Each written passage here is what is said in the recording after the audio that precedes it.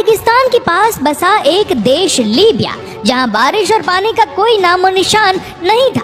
लेकिन फिर भी वहां की सरकार ने एक तरकीब निकाली और रेगिस्तान के नीचे एक नदी का निर्माण कराया, जिसे दुनिया का 8वां अजूबा भी कहा गया। इस नदी ने पूरे देश को पानी दिया, लेकिन अचानक ही कुछ ऐसा हुआ कि रातों रात ही इस नदी को और इस प्रोजेक्ट को बंद कर दिया गया। आखिर कैसे रेगिस्तान के बीचों बीच नदी का निर्माण किया गया? लीबिया एक ऐसा देश है जहाँ का 90% हिस्सा रेत से ढका हुआ है, और इस देश में कई जगह तो ऐसी भी है जहाँ करीब 10 सालों से बारिश की एक बूंद तक नहीं पड़ी है। इस देश को सैटेलाइट से भी देखा जाए तो यहाँ पर हरियाली का नामो निशान भी नहीं है। यहाँ पानी का कोई सोर्स नहीं है, और यहाँ तक कि साफ पानी के लिए एक भी नदी नहीं है। यहाँ पर इतनी गर्मी होती है कि खुले में पड़ा हुआ पानी भी भाप बनकर उड़ जाता है। 1960 के आसपास पूरी दुनिया में कच्चे तेल को जमीन से निकालने की होड़ मची हुई थी, और इसी होड़ में लीबिया भी शामिल हो गया, और वह भी कच्चे तेल की खोज में लग गया। कच्चे तेल की तलाश में लीबिया ने बहुत जगह खुदाई भी करवाई। खुदाई में उन्हें कच्चा तेल तो नहीं मिला, लेकिन उससे कई ज्यादा कीमती फ्रेश वाटर का एक बड़ा सोर्स जरूर मिल गया। एक ऐसा देश जहाँ पानी का कोई सोर्स नहीं था, एक ऐसा देश जिसने 10 सालों से बारिश ही नहीं देखी थी, वहाँ पर पानी का ऐसा बड़ा सोर्स मिलना किसी चमत्कार से कम नहीं था। आपको बता दें कि साउथ लीबिया के एक बहुत बड़े हिस्से में पाया गया अंडरग्राउंड वाटर का ये सोर्स ही सहारा के रेगिस्तान के पानी का सबसे बड़ा सोर्स था। सहारा के रेगिस्तान में मिलने वाला पानी लगभग 1.5 लाख क्यूबिक किलोमीटर था। अगर अंदाजा लगाया जाए तो सहारा के नीचे मिलने वाला ये पानी इतना ज्यादा था कि अगर पूरी दुनिया इस पानी का इस्तेमाल करे तो 40 साल तक कम न पड़े। एक्सपर्ट्स के मुताबिक ये खोज न्यूबिनियन सैंडस्टोन एक्विफायर सिस्टम का हिस्सा थी, जो फॉसिल वाटर का एक विशाल जलाशय था, जो कि 10,000 से 10 लाख साल पुराना था। ऐसा माना जाता है कि ये पानी पिछले हिम युग यानी कि लास्ट आइस एज के अंत से पहले बलुआ पत्थर में चला गया था।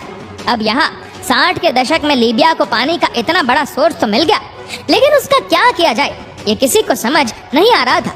इसीलिए 80 का दशक आते आते वहाँ के तानाशाह गद्दाफी ने इसका इस्तेमाल करने के लिए दुनिया की सबसे बड़ी अंडरग्राउंड वाटर सप्लाई का प्रोजेक्ट शुरू किया। तानाशाह गद्दाफी इस पानी का इस्तेमाल अपने देश के लिए हर हालत में करना चाहते थे, पर इसके लिए वह कुछ भी करने को तैयार थे।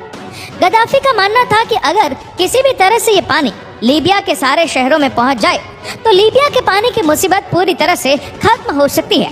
लीबिया से पानी की किल्लत को मिटाने के लिए पानी को पूरे देश में पहुंचाना जरूरी था। ये सब आर्टिफिशियल रिवर बनाकर किया जा सकता था, लेकिन ये सब इतना भी आसान नहीं था, क्योंकि लीबिया में ये पानी साउथ में पाया गया था, जबकि लीबिया में ज्यादातर शहर और जनसंख्या नॉर्थ यानी कि मेडिटेरियन कोस्ट पर पाई जाती है। और दूसरा, लीबिया में इतनी गर्मी है कि अगर नदी बनाकर पानी देश के इस क्षेत्र में पहुंचाया भी जाता तो आधे से ज्यादा पानी आकाश में भाप बनकर उड़ जाता। इसके लिए जमीन के अंदर अंडरग्राउंड रिवर बनाने का फैसला लिया गया। जब पानी पहुंचाने का अंदाजा लगाया गया तो पता चला कि लीबिया के हर शहर में पानी पहुंचाने के लिए जमीन के अंदर लगभग 2820 किलोमीटर लंबी नदी खोदने की जरूरत थी, यानी कि दिल्ली से मुंबई तक के 2 चक्कर लगाए तब जाकर ये दूरी कवर हो। लेकिन फिर भी गद्दाफी को अपना ये प्रोजेक्ट करना था, इसलिए अंडरग्राउंड रिवर बनाने का काम शुरू किया गया। इस काम को करने के लिए बड़े बड़े पाइप की जरूरत थी।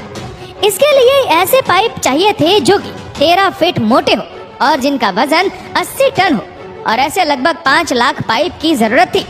इतने पाइप बनाने के लिए लीबिया में ही कई फैक्ट्री लगाई गई, जहाँ पर ये पाइप तैयार किए गए।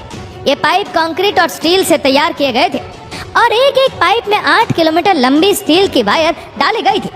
दोस्तों, इन पाइप में कितना स्टील लगा था, इस बात का अंदाजा आप इस बात से लगा सकते हैं कि अगर इन पाइप में इस्तेमाल होने वाले स्टील वायर को अगर सीधा बिछा दिया जाए तो पूरी अर्थ पर 100 बार चक्कर लगा सकती है।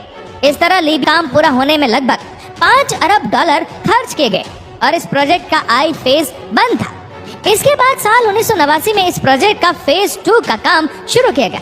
इसमें सबसे पहले इन पाइप्स को रायपोले तक बिछाया गया। इस काम के लिए कई जगहों पर कुओं का निर्माण किया गया और करीब 200 की गहराई से पानी को पंप किया गया। और यहाँ आपको बता दें कि रायपोले तक जो पाइपलाइन बिछाई गई थी उसकी कुल लंबाई 700 किलोमीटर थी। इसके बाद कुफरा डिस्ट्रिक्ट पर कुएं खोदे गए और वहाँ से लेकर बेंगाजी तक लाए गए। बेंगाजी रायपोले के बाद लीबिया की दूसरी सबसे बड़ी सिटी है और इसी दौरान लगभग 10,000 किलोमीटर तक पाइप बिछाए गए थे। एक रिपोर्ट के मुताबिक इस प्रोजेक्ट को पूरा करने के लिए 1300 कुएं खोदे गए थे। दोस्तों, आपको बता दें कि लीबिया के इस प्रोजेक्ट को पूरा करने के लिए 5 बड़े रिजर्वायर बनाए गए। ये रिजर्वायर ज्यादा पानी को स्टोर करने का काम करते थे। इन रिजर्वायर का डायमीटर 1 किलोमीटर तक रखा गया है। इसी के साथ ही प्रोजेक्ट में 1 बिलियन यूरो का इन्वेस्टमेंट करके 50,000 पाम ट्री लगाए गए ताकि पानी का वाष्पीकरण होता रहे। ये प्रोजेक्ट दुनिया का सबसे बड़ा मेन मेड रिवर के साथ साथ दुनिया का सबसे बड़ा इरिगेशन सेंटर भी माना जाता है। इस प्रोजेक्ट की वजह से न सिर्फ लगभग 6.7 मिलियन लोगों को पीने का पानी मिल जाता है और इस पानी का 70% हिस्सा इरिगेशन और इंडस्ट्रियल एरिया में भी काम आता है। इस बड़े प्रोजेक्ट की वजह से ही लीबिया के नॉर्थ और वेस्ट में ग्रीनलैंड में भी काफी बढ़ोतरी हुई। इस नए प्रोजेक्ट से लीबिया में थोड़ी सी शांति आई ही थी कि साल 2011 में लीबिया का पहला सिविल वॉर शुरू हो गया, जिसमें यूरोपीय देशों की हिस्सेदारी की वजह से नाटो ने भी लीबिया पर हमला कर दिया। और ऐसा कहा जाता है कि नाटो के इस हमले में 2 वाटर प्लांट पूरी तरह से बर्बाद हो गए। ये वाटर प्लांट फेज 4 और फेज 5 के लिए काम आने वाले थे। इनके साथ ही देश के तानाशाह गद्दाफी की भी गोली लगने से मौत हो गई। जहां एक वक्त पर लीबिया में पानी के जरिए खुशहाली आई थी, वहीं अब एक बार फिर लीबिया पानी की कमी से परेशान है। और इस तरह लीबिया की सुख शांति कुछ पल के मेहमान बनकर वापस लौट गई। क्या लगता है आपको कि अगर उस समय यहाँ पर सिविल वॉर नहीं हुआ होता और गद्दाफी की मौत नहीं हुई होती तो आज भी लीबिया में ऐसे हालात होते? हमें अपने विचार कमेंट सेक्शन में जरूर बताएं। और अगर आपको वीडियो अच्छा लगा हो तो वीडियो को लाइक करेगा, शेयर करेगा ज्यादा से ज्यादा लोगों तक, और ऐसे ही और भी रोचक जानकारियों के लिए सब्सक्राइब करें।